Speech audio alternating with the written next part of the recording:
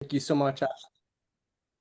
Thank you so much, Ashley, for that introduction. My name is Ryan Watson. I'm the National Orchard Operations and Education Manager here with the Giving Grove. I'm reporting to you from the Catskill Mountains of New York at my home orchard of Wild Russet Farm. I'm really excited about this workshop today. As Ashley mentioned, this is being recorded. Notes are going to be sent out afterwards, and we'll happy to as well send the slides from the presentation. We're going to be going through a lot of content today.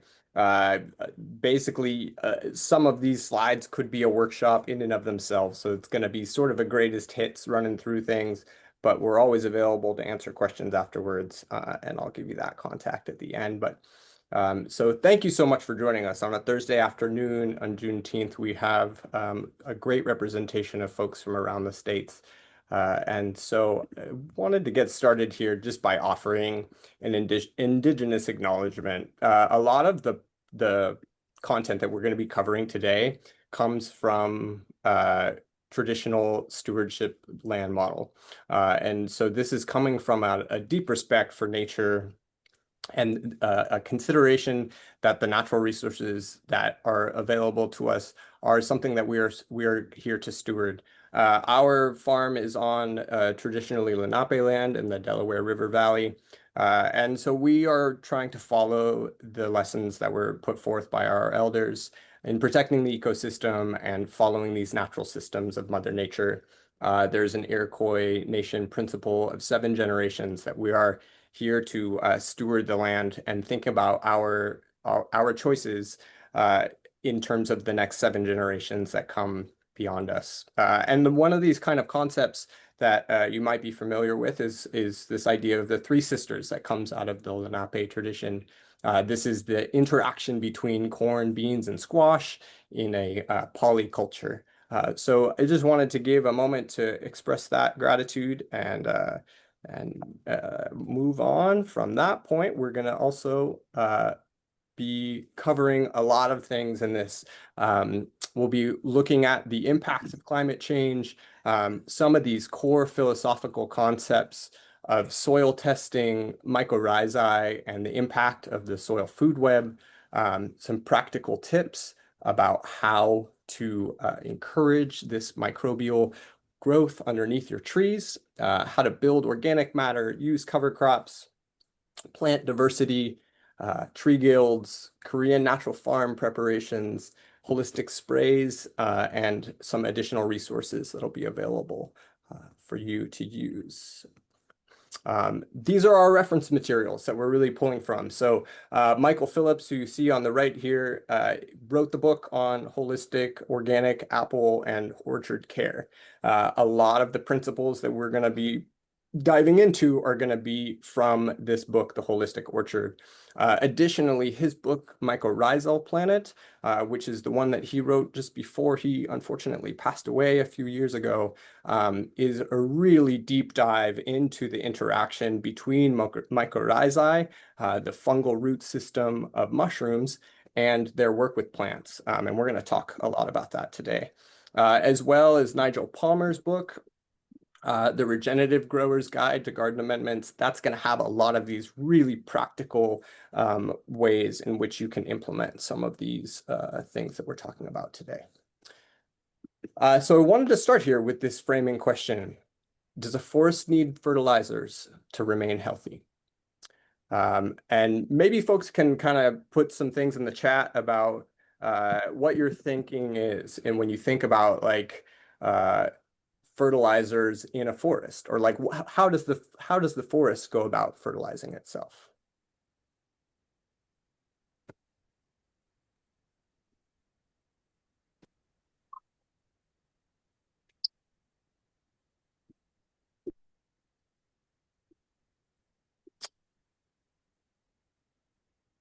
Right. So Annalise is saying yes, but not from an outside source. Exactly. That is exactly the case. What we're trying to do is we're trying to follow these models that were put forth by nature. And one of the things that we're trying to deal with in these challenges with Mother Nature are the impacts of climate stress on our trees. So some of these ways in which we're starting to see the changing climate kind of impact our trees, and ways that we can work with that is increased temperature fluctuations. So seeing for us, we see, typically a pretty snowy winter, but when we don't have a warm winter, we start to see there's no snow cover, the trees wake up earlier. That's going to create that situation of increased damage from late frosts in our region, as well increased precipitation rates. So I can give, for example, we're supposed to get about 4 inches of rain in a month, and we've got 7 in this last month. Increased storm damage. This is a photo that I took during a site visit to Pittsburgh earlier this year, and this had happened. Really heavy winds causing damage and ripping trees just literally out of the ground by the roots. And then this increased likelihood of late frost. So these warm temperatures in the wintertime make the trees wake up earlier than they would, and then we kind of get these late frosts. So this happened to us in the spring of 2023, and the entirety of the apple crop in our region was wiped out from a 23-degree night at the end of May. So I wanted to ask to put in the chat, hey, can you tell me some of the ways in which you've started to see these impacts of these climate stresses happening in your part of the country? I can say that our USDA planting zone changed from a 5B to a 6A in less than 10 years. If you also want to come off mute and just shout it out, we welcome that too. How have you seen impacts of climate stress in your city?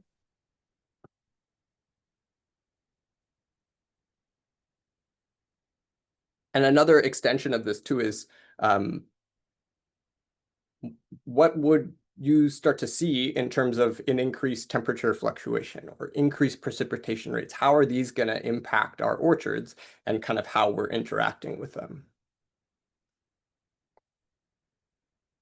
So like one thing I can share is we have had a lot of rainfall this year. So I'm starting to see fungal diseases starting to crop up a little bit more than I normally would.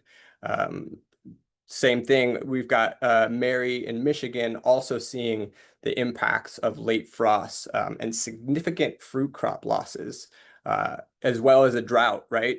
Drought is also another way. Sometimes we get too much rain in a season, and then sometimes we're not getting enough rain. And as you'll see a little bit later, the ways in which drought has an impact on the stresses of the trees can really have a dramatic impact on terms of like how we're managing our trees. Heavy rain and increased disease and insect pressure, pest and disease pressure. Exactly. So we're getting a lot more with those warmer temperatures. Those life cycles of the bugs are starting to go faster. So we'll see more generations of bugs in one season. I wanted to add too, in our region, because we don't have a lot of natural disasters, although hurricanes are bad in North Carolina, we're seeing climate refugees come here from other places, whether they were impacted from like natural disaster or just slowly changing climate in other places. Moving to our region is happening. Absolutely. Yeah. Thank you so much, EB, for sharing that, because these impacts don't just have impacts on the ecosystem, but also have impacts on humans as well, right? And our economies and the sort of base of how we have set ourselves up. Thank you guys so much for those additions. Okay, so we can't really talk about soil without talking about the soil food web. And as I said, this is one of those things that I could teach an entire workshop on, but we're going to just touch briefly on this idea of the fact that there's a lot of living organisms that are underneath the soil of the tree. And those organisms work in conjunction with one another, right? They work cooperatively to exchange things that each one of them needs. And one of the things that we're going to be talking about a lot today is this idea that organic matter, which is fallen leaves and branches, right? The things that we were talking about in that forest ecosystem, the forest floor, are going to be food sources for those beneficial funguses that are living underneath the tree. They're going to get broken down. They're going to get turned into future nutrients for those trees to be able to access. Sometimes those nutrients can be in the soil, but they need cooperation with these other microorganisms in order to be able to access those nutrients. And a really core concept here as well is this idea of soil testing. So without testing your soil, you might be able to look at your soil and say, oh, well, this is kind of a clay soil, this is kind of a sandy soil. But being able to determine the pH level of your soil, for example, when your pH is not in the right area, in the right ratio, you're going to end up with the nutrients that are in that soil are not going to be accessible. So if you're low in nitrogen and your pH is off, your soil's too acidic, you can keep adding sources of nitrogen and the tree will not be able to access it.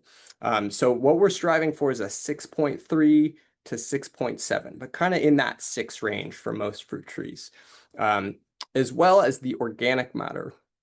Organic matter is really super important, and we're going to talk a little bit more about how that has an impact a little bit later, but striving for a minimum of 3%. Also, we're going to check at our macronutrient levels. So this is maybe something you've heard about before, NPK, which stands for nitrogen, phosphorus, and potassium. These are these major nutrients in the soil the tree uses to grow. And as well, the trace minerals. And these are minerals that we also have in soils that are in really small amounts. But it's important that they're in the right amounts to be able to complete the circle of what the trees are trying to do in creating new leaves and branches and fruits. And then as well in urban areas, checking for heavy metals, things like lead and these things can be present based upon the past history of your soils. And it's important to kind of have an understanding of that just for our own personal safety. All right, so getting into pH here. So this is kind of what we're looking for. This is a chart from Susan Poisner's Orchard People course. This is kind of gives you a general sense of where the soil is going to be best for that accessible to nutrients. And a couple of exceptions here, blueberries and cranberries are going to prefer to be in that more acidic zone. So the microbes that work with the cranberries work better in that kind of highly acidic zone. Plums and figs can handle a little bit more on the alkaline side, but really what we want to be is in that kind of 6-point range. And then to be able to alter that, we're going to use either lime, wood ash is another one. For example, in our area, using wood ash is helpful because we're low in a lot of the minerals that are in the wood ash and calcium. However, if you're in a part of the country where you have a different soil basis, you're more alkaline, then you're going to use something different, right? So this is where it's important to know what your soil type is and to be able to respond specifically due to what you kind of get from your soil tests. And here's kind of an example. This is a soil test that we did from our farm from a few years ago. And this is going to show you some of these important things that you're looking for. So you see here on the left, we have OM. That's representative of the organic matter, 4.9%. So looking pretty good in what we're talking about. Our soil pH at 6.8. That's a little bit more than we probably would want it, but we can make some minor alterations. This company that we have worked with, Waypoint Analytical, works with Fertily, which is a fertilizer company here in the Northeast. They're also located across the United States. And the really nice thing about these soil tests is they'll also give you some recommendations about what crop you're growing, about what you can use to amend your soil. They'll give you the right amounts. They'll kind of give you some suggestions about how to organically amend your soil. As well, here we see these levels of trace minerals and also our NPK.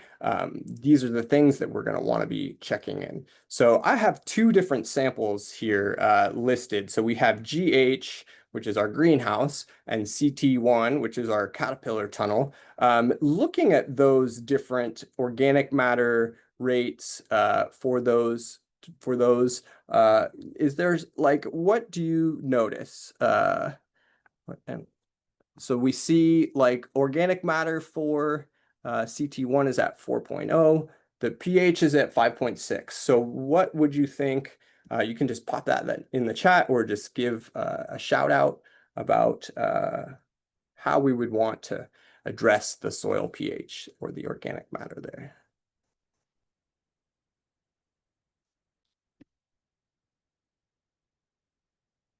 So in the greenhouse, looking good. Things that we've got that nice high organic matter. The soil pH maybe is a little bit higher than we would want it to.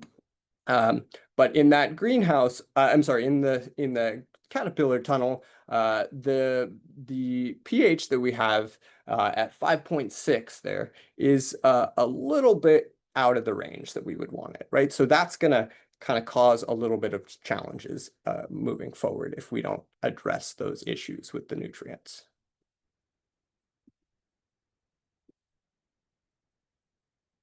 All right, and one other concept that we're going to talk about here before we kind of get into the practical stuff is this idea of the law of the minimum. And the reason that this is important is that it highlights the importance of these trace minerals in really super small amounts and why it's important to focus on them. So you see this wooden barrel here, and each one of these different slats represents a different resource that the tree uses to grow, to create fruit, to be healthy. And if you imagine that one of those is lower than the others, it's just going to say that the growth of an organism is limited by its most scarce available resource. So if we're missing one of these trace minerals, even in the smallest amounts, and we give the tree everything else that it needs, it's going to kind of represent that's going to be the weak link in the chain, right? So what we're going to do is make sure that these minerals are in the right kind of amounts so that the tree can grow really healthy. And then a really important thing to note here, trees cannot access nutrients in dry conditions. So the root system, the lifeblood of the nutrient system is water. So without that transport system, the tree is unable to access those roots in the soil, those nutrients in the soil. And as well, when a basic nutrient trace mineral is missing, what happens is this process that starts when you can see this diagram here, when the sun hits the leaves, it starts to trigger the creation of proteins from all these different nutrient sources in the ground. And if it's missing one of those really core trace minerals, that cycle's not going to be complete. And what's going to happen is there's going to be excess sugars in that tree that are going to signal insects to come feed on that tree. And what that's going to do is it's going to trigger additional stress. It might spread disease from those insects penetrating the leaves and getting that into the tree. So that's really kind of how this is working in practice. So really important to note here, these organic methods and holistic methods will not work very well without attention to the minerals. So really important. I know that these, to think about what level your boron is at, it's not something that we ever did before we started looking at our soil tests. And we're not going to be able to tell without a soil test. So that's really important as well. This other idea is that mineralization is a two-way street. So minerals that we apply to the tree in our sprays or to the root system are going to go in both directions. They're going to go up from the root system into the tree and be able to transfer those nutrients and vice versa. So if we spray minerals on the leaves of the tree, they're also going to end up into the root system and feeding those microbes, feeding the soil as well. Boron here, as I mentioned a bunch of times, plays a key role in flower and fruit formation. So if your boron levels are low, then that's a way that you can really make an impact on the overall health of the tree. And this is like simple as that, adding some of that pink powder that we had in our elementary school hand washing stations, adding borax, really simple sort of solution. Also, another thing to note here is that these minerals and the nutrients that we're providing to the tree make their way into the fruit. So when we're thinking about our own health, the impact of these community orchards and the kind of fruit that we're getting from these orchards, if we're putting this extra attention into the trees, that's going to show back up in ourselves. It's going to show back up in the health of our communities. There's a National Institute of Health study that shows since World War II that the nutrient rates in the produce that we find as a product of industrial agriculture in our supermarkets has gone down by like sometimes as much as tenfold. So in order to get the same amount of vitamin A from a red pepper that you did back in the 1930s, you need to eat 10 times as much. So that has profound implications in terms of thinking about our health and the nutrients that we're getting from the food that we eat. This is a result of this loss of minerals in soils and using chemicals as fertilizers and pesticides that disrupts that soil food web that is really making these fruits super healthy. So some sources of minerals are going to be rock dust, azomite, which is a byproduct of it comes from Utah from volcanic soils. Sea minerals as well. So it's concentrated salt water, essentially, which has all the nutrients and minerals from the ocean. And then something that we're going to talk about later here are these plant sprays that you can make from things in your own backyard, like dandelion, nettles, comfrey, the weeds that are present in your orchard. Okay, one more concept before we start getting into things, and that is this idea of mycorrhizae. So you can see on this picture here on the right, a picture of a seedling of a pine tree plant. And you see there's that brown root system that's growing there. And mycorrhizae are the root system of the fungus, of the mushroom body. So if you, this comes from the Greek mycor, which means fungus or mushroom, and rhizae, which means root. So if you see a mushroom growing in your orchard, there is a dense root system underneath called mycorrhizae that is giving the nutrients to that mushroom fruiting body. And it forms a cooperative relationship with 85 to 90% of plant species on planet Earth. So if you think about that, that is really a profound relationship. So this is kind of one of the main focuses that we're going to be talking about building resiliency in our trees and in our soils. 1 cubic inch of soil can have 8 miles of mycorrhizae and 300 miles per footstep.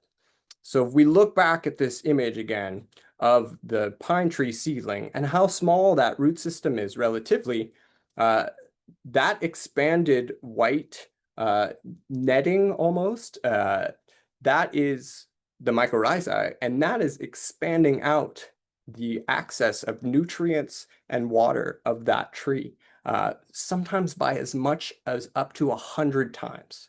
So this is a really, really important way in which we can impact the health of our trees. And I wanted to pose this question. Have you ever seen mushrooms in your soil? What does it make you think? What have you thought when you have seen something growing in your soil that looks like this?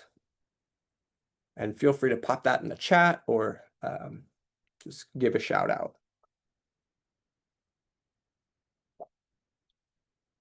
So I'll say that this is a photo that I took from a pile of wood chips that we had let kind of sit right by the forest. It started to break down. It started to get this really complex network of mycorrhizae starting to form. This is this relationship that we're talking about. This is the way in which we can harness the beneficial fungi from the forest and start to incorporate it into our fruit trees. Great, and we have Ryan, we have a couple responses. What I think everybody thinks at first is that is this good for the plants? And some people say, I worry sometimes that something's decomposing that I don't want decomposing. And that's very good. And that's, I think, exactly kind of what we're trying to get at here is to sort of show that this kind of decomposition is exactly what we're striving for. This is the kind of thing that we need. If we see this, then we're on the right track. If you see mushrooms growing in your orchard, it means that they have that soil food web is working, right? Those mycorrhizae are breaking down that organic matter. That's what's happening here. This is wood chips being broken down by the mycorrhizae fungus and the conversion of it into nutrients that are accessible to our trees. So thank you so much, Mary, for sharing that, because that's kind of exactly where we're wanting to be here. And Annalise has a question, does it make a difference what kind of mushroom? So if you're trying to eat them, which I would only recommend if you really know what's growing in there, no. If you see mycorrhizae form, that means that you have some beneficial mycorrhizae working in your orchard. All right, so we're going to now start talking about some of these practical ways in which you can start to affect the mycorrhizae in your orchard and in your community space. And this is really important. The framing of this workshop was in response to climate resilience. And if you want to know one of the best ways that you can effectuate carbon sequestration and impact climate change in your own neighborhood and your own backyard, this is what it's going to be. The way that we kind of impact this mycorrhizae and we improve the soil fertility is exactly what we can do to start taking actions to improve that. And now you might say, hey, this doesn't seem like it's going to have that big of an impact. I only have a few trees. There's a lot of us here in this call already representing multiple states, 650 plus orchards in our network currently across the United States and continuing to grow. So the more that we can make those minimal impacts in a collective sense, the more we can have an impact on this large issue that we have facing us. So the things that we need to help the mycorrhizae grow. Super important. Fruit trees function best in fungally dominated soils. This is something that I did not learn until a few years ago of starting to work in orchard care. And when you think about traditional orchards, they're growing in a meadow setting with nice, neat grass underneath them.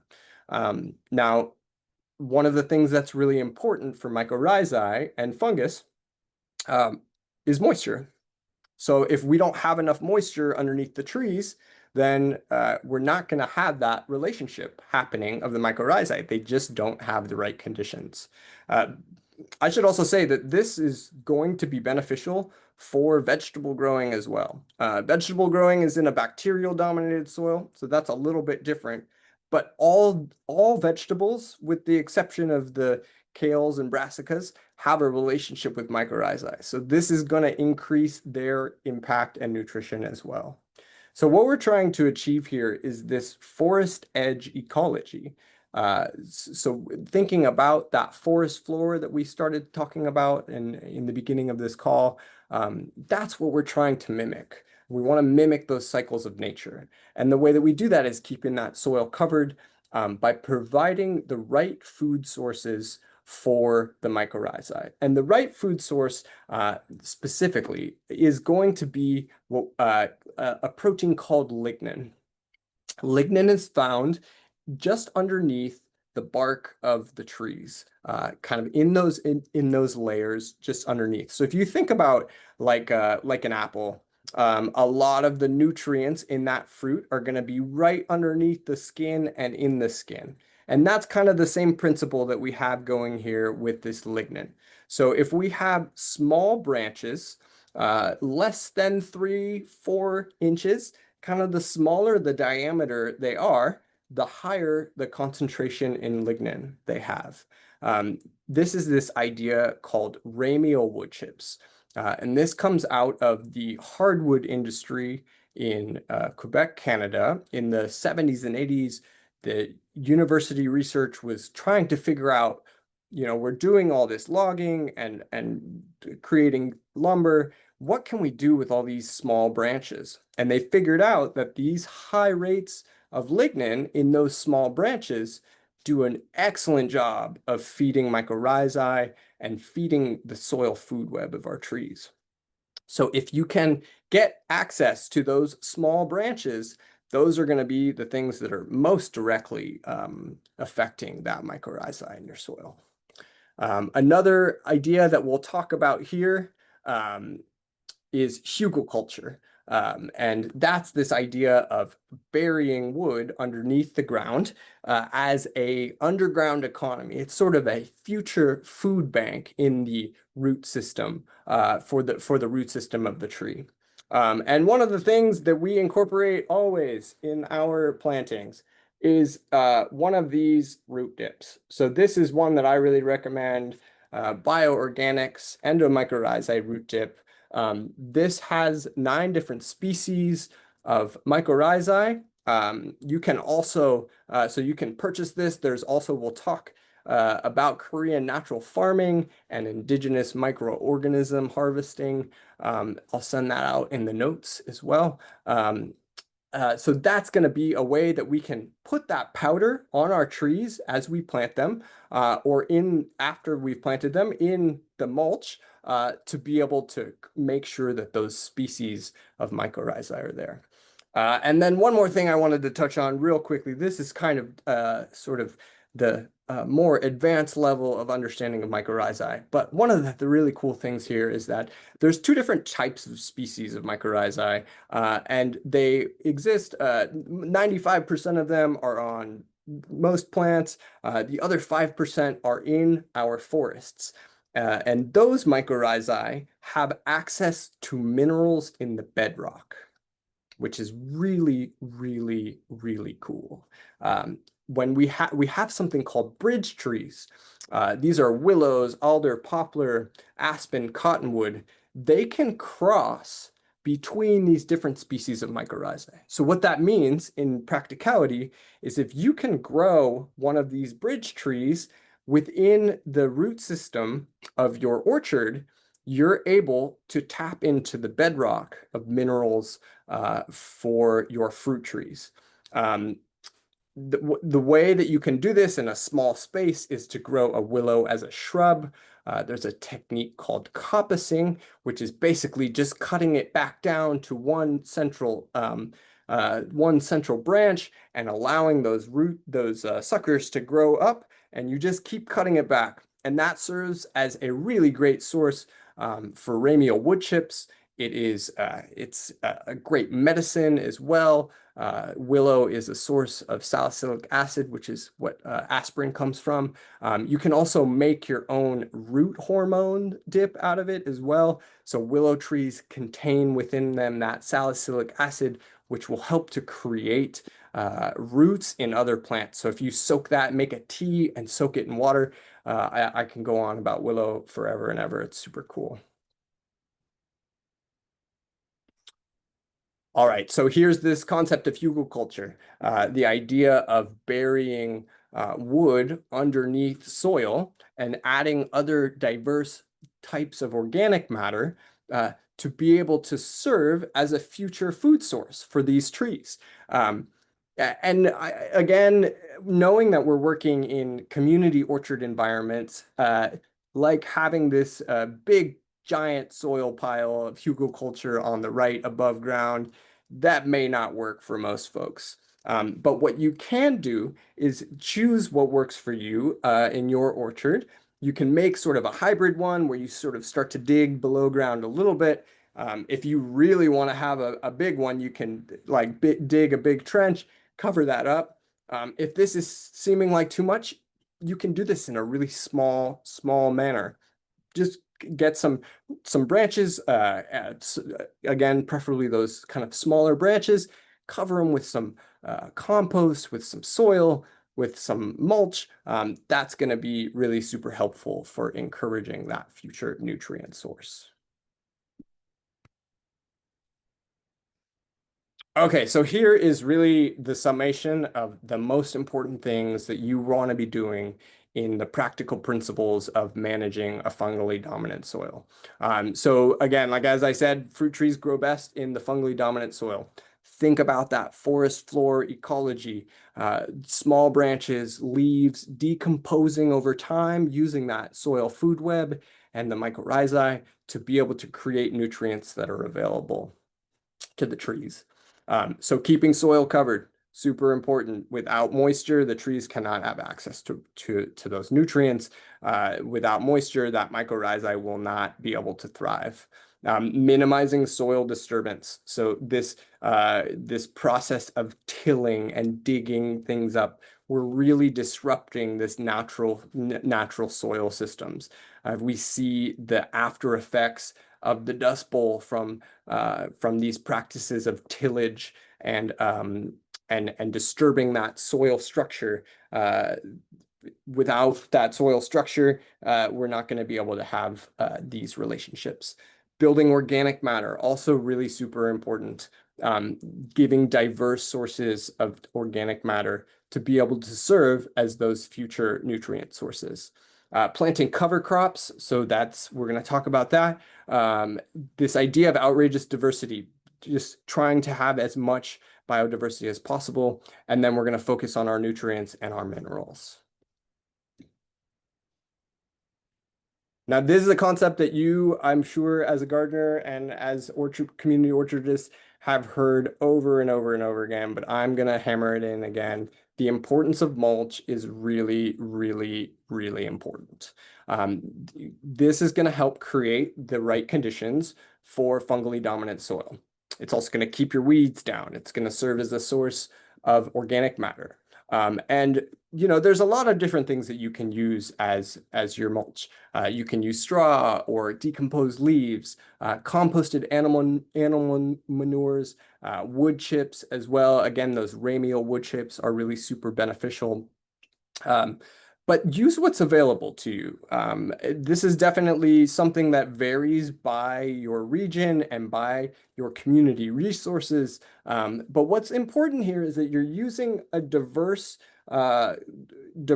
array of different materials in your organic matter and in your mulch. Again, trees can't access nutrients without water, so making sure that that's going to help to access those nutrients. And one thing that we notice as well is when we talked about those late frosts, when we have a really good mulch layer underneath our trees in the wintertime, it keeps them sleeping longer in the spring when they wake up, which makes them less likely to be susceptible to those late frosts that can kill off all of our fruit.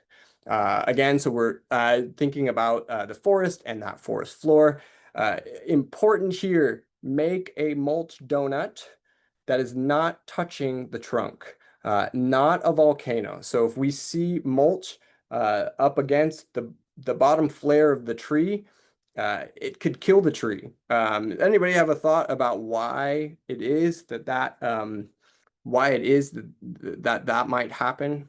If we have like decaying wood mulch lined up against the fruit tree.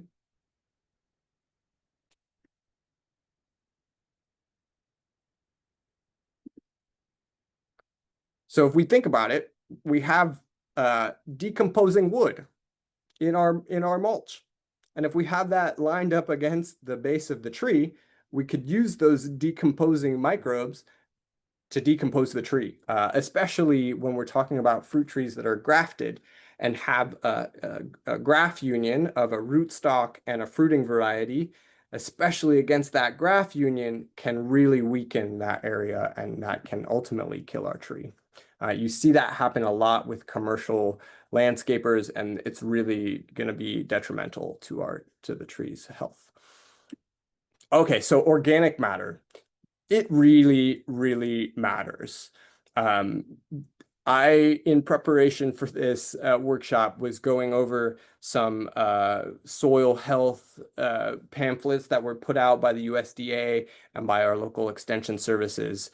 And they're out of 100 pages, 60 of the pages were devoted to organic matter management. So this is really where we are going to be impacting the mycorrhizae and the ultimate health of our tree. So again, our ideal organic matter rate is going to be at a minimum of 3%. And I say kind of up to about 6%. It's kind of going to depend upon your soil and the nutrients. But if we have too much organic matter in the soil, you can create a context in which that soil holds too many nutrients and holds too much water. Which can lead to fungal problems in the soil, diseases that are not really great. When we have kind of that lack of air in the soil, we're going to create bacteria that are anaerobic in that lack of presence of oxygen. Not going to be good for the root system. And this is a point that I really want to emphasize. For every 1% increase in organic matter, you have a potential increase of 12% in your fruit yields. So if we think about taking a soil from 1 or 2% organic matter up to 5, maybe even 6% organic matter, a 3% increase is going to yield a potential increase in 36% of your fruit yields. So think about how much of an impact that can have on the fruit that you're producing. And also the nutrient levels in those fruits as well are going to be much healthier for you, for your community. And that's going to also play into this role of carbon sequestration and building up soil health on a global and national scale. So sources of organic matter, again, using what you can get locally. Composted animal manures. We've got wood chips as well. Chip drop is an option in your area. That is a good way to work with local landscapers and tree care companies to take something that would otherwise be a waste product. Straw and rotted hay.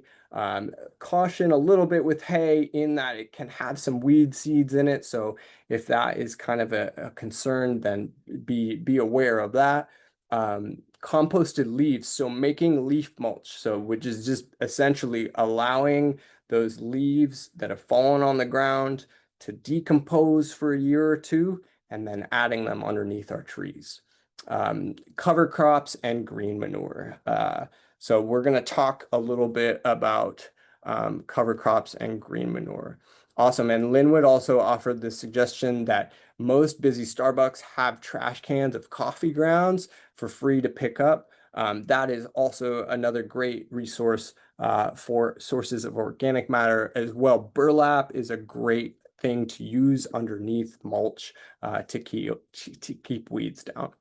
Okay, so we are getting close to the end here, but I'm going to try and run through a bunch of these things. So cover crops, this idea of green manure. These are plants that we can grow underneath the soil to be able to improve different aspects of soil quality.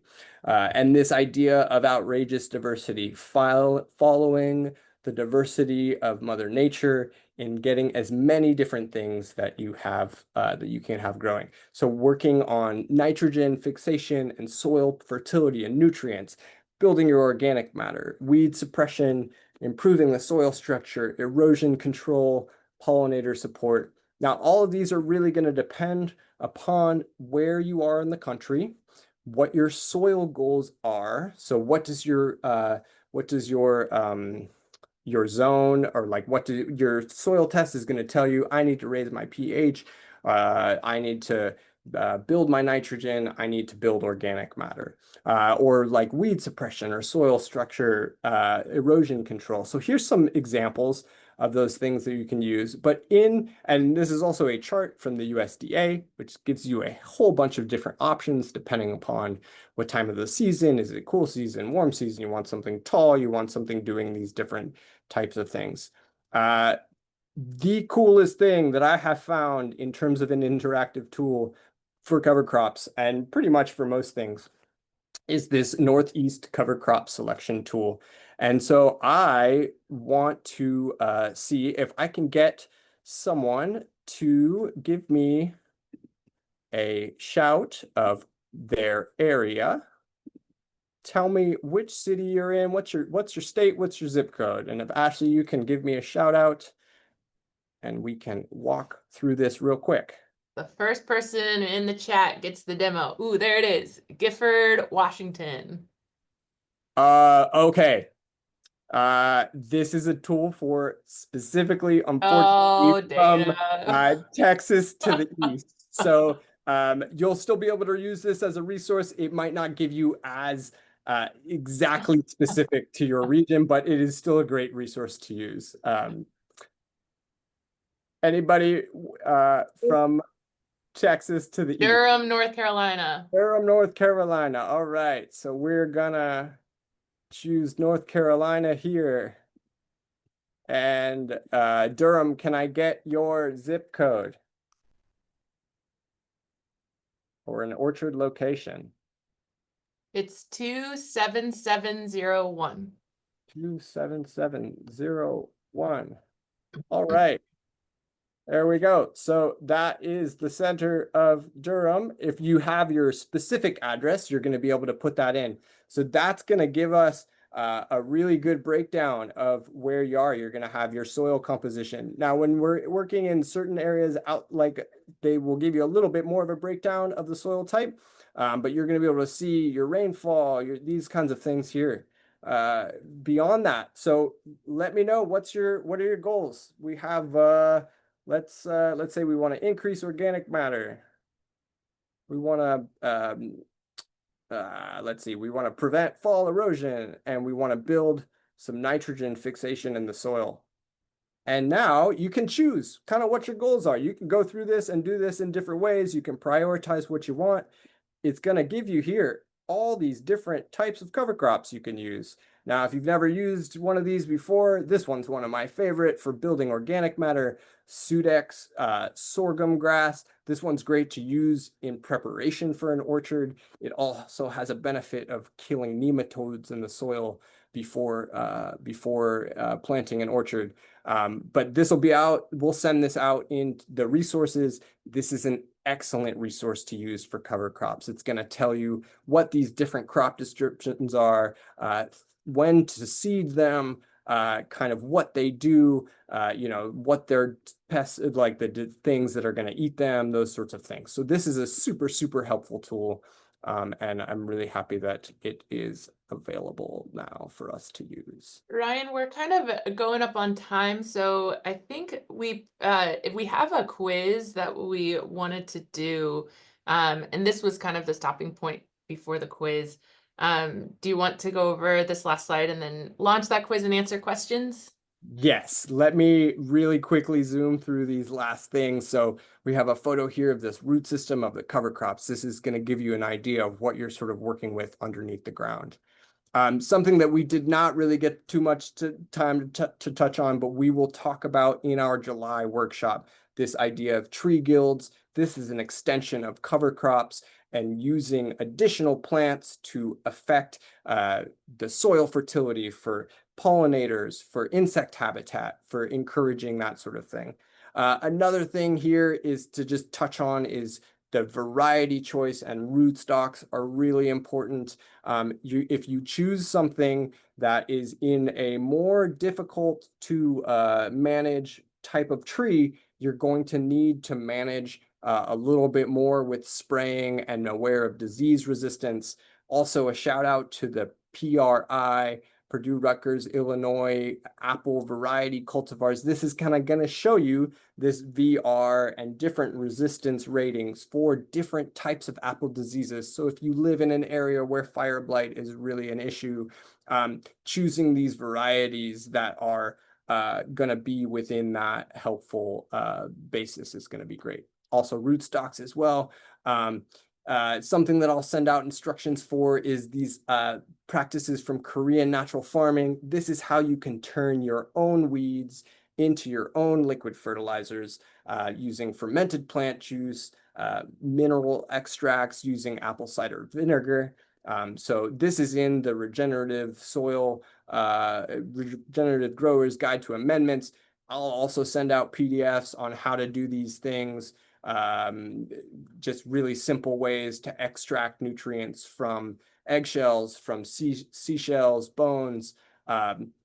Also, if you a nod to our holistic spray workshop that's was from our March workshop, Michael Phillips' regime for holistic sprays using these ingredients. That's all recorded and up on the website. Again, a shout out to the bioorganics mycorrhizae dip, these additional things that you can add to your sprays. Core takeaways from today's workshop. Some additional resources that Ashley is going to drop here into the chat. I would highly recommend that Michael Phillips keynote. It very much changed the way that I think about growing and farming as a totality. So thank you so much. Ashley is going to launch a quiz that we have here to kind of go over some of the concepts that we talked about to make sure that there aren't any questions. Yeah, let's see kind of how everyone does with this quiz.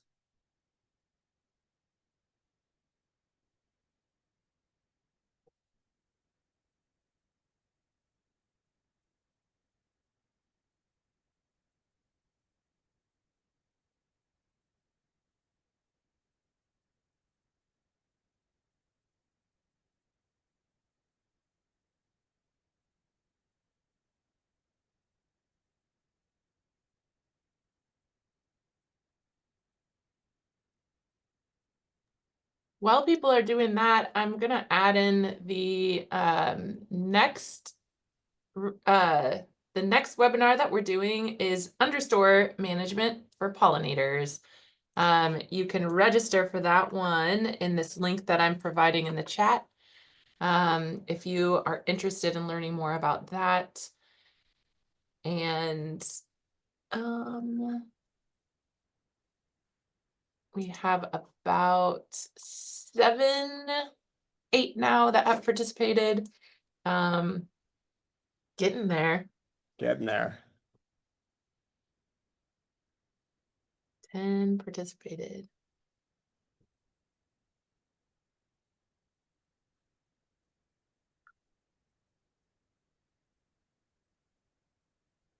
Okay, I'm gonna end and share.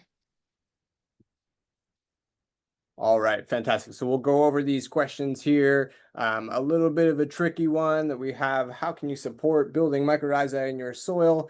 So we have one person with keeping soil covered, one person with adding organic matter high in lignin. While those are both correct answers, all of the above is going to be the best answer there because we can do both of those things to make sure that we're supporting those mycorrhizae. We got 100% here on this ideal minimum percentage of organic matter in the soil. Awesome, 3%. So as long as we're at 3%, we can build from there. Why is pH important in plant health and soil fertility? So we have, most folks have here that nutrients are not accessible to the roots outside of the correct pH.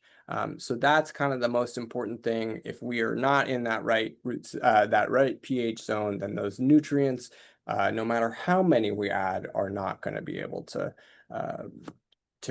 access those nutrients. And the best way to mulch a tree is in a donut shape away from the trunk. That's fantastic. Everyone got that correct. And that is all I've got for you guys. Thank you so much for joining us. Again, we'll be doing another workshop here in July. We have monthly workshops. All of our resources are available on our website. And I just really appreciate you guys taking the time for a Thursday afternoon on Juneteenth to learn about caring for trees and caring for your soil. Happy to answer any questions that you might have from the workshop. Yeah, you guys can go ahead and hop off if you don't have any questions, but there is a survey to complete. It'll probably pop up when you exit out of your Zoom. But we'll stay on for a handful of minutes if you have any questions. Yeah, and feel free to just you can just either pop them in the chat or just turn on your mic, and I'm happy to answer any questions.